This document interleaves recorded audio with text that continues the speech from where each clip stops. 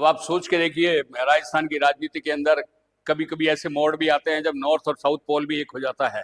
वैसे नॉर्थ और south pole का एक होना आप खुद भी सोच सकते हैं क्या परिणाम लेके आएगा, लेकिन कोशिश तो की जाती है। जी हाँ, राजस्थान के अंदर कांग्रेस का जो भविष्य नजर आता है वो राजस्थान के युवा और कद्दावर नेता, पूर्व उप मुख्यमंत्री और कांग्रेस के पूर्व प्रदेश अध्यक्ष सचिन पायलट के रूप में नजर आता है। सचिन पायलट ने लड़ाई कम नहीं लड़ी, अपनी सरकार के अंदर रहते हुए भी अपना पद भी छोड़ा उन्होंने, और उसके बाद में और जिस तरीके से लेकर उन्होंने अजमेर से जयपुर तक की यात्रा निकाली, वो भी सिर्फ इसलिए कि नकल माफियाओं के खिलाफ मामला जोरों पर था और वो उनके साथ में खड़े थे कि युवाओं का भविष्य बर्बाद नहीं होने दूंगा मैं। सचिन पायलट बिल्कुल उसी तरीके से अपने पिता के नक्शे कदम पे चल रहे हैं।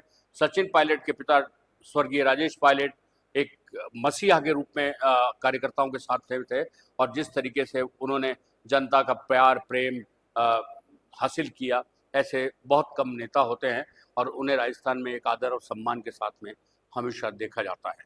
वैसे तो सचिन पायलट और अशोक गहलोत की लड़ाई जग जाहिर है। सचिन पायलट को अशोक गहलोत ने निकम्मा और न जाने क्या क्या शब्द कहा, लेकिन सचिन पायलट दूरगामी नेता हैं, उसमें साइलेंट मोड पर रहे।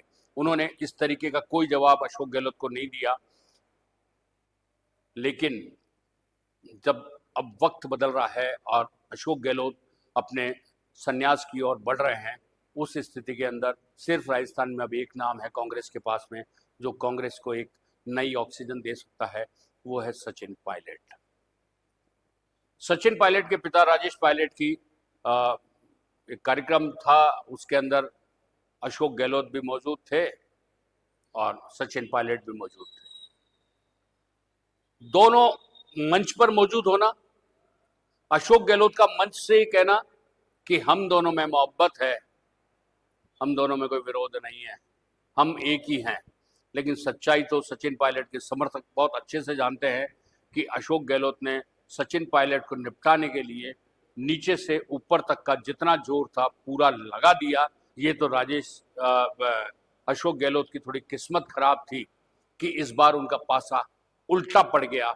सारे शासन को पूरी तरीके से दांव पर लगाकर उन्होंने दोबारा राजस्थान में सत्ता में आने की जो कोशिश की थी वो एक असफल प्रयास रही और अशोक गहलोत का कद से काफ़ी नीचे आ गया।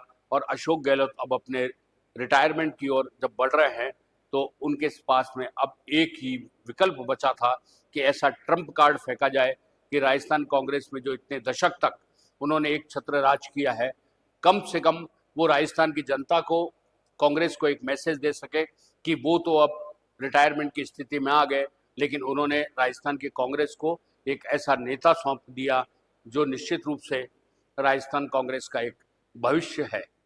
यही सोचकर अशोक गहलोत सचिन पायलट के साथ आए और यहीं से दोनों की दिशा बदलने की अब कार्यकर्ताओं में एक उम्मीद है कि ये दोनों नेता एक हो गए हैं।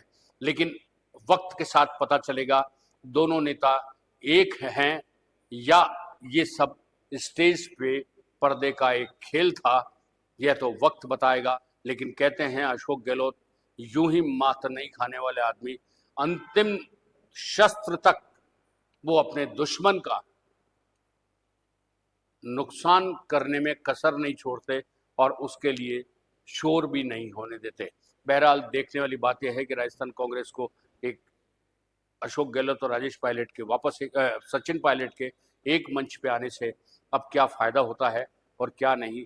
लेकिन अभी राजस्थान विधानसभा के चुनाव दूर है, लेकिन आने वाले समय पंचायतों के चुनाव और उसके साथ ही नगर निगम, नगर पालिका और नगर परिषदों के चुनाव हैं, उसके अंदर कितना रंग आता है वहीं से पता चल जाएगा कि स्थितियां क्या है और क्या नहीं। आप बने रहिए हमारे साथ, हम जो भी अपडेट होगा आपको निश्चित रूप से सबसे पहले देने में कसर नहीं छोड़ेंगे। तब तक के लिए दीजिए मुझे इजाज़त। नमस्कार।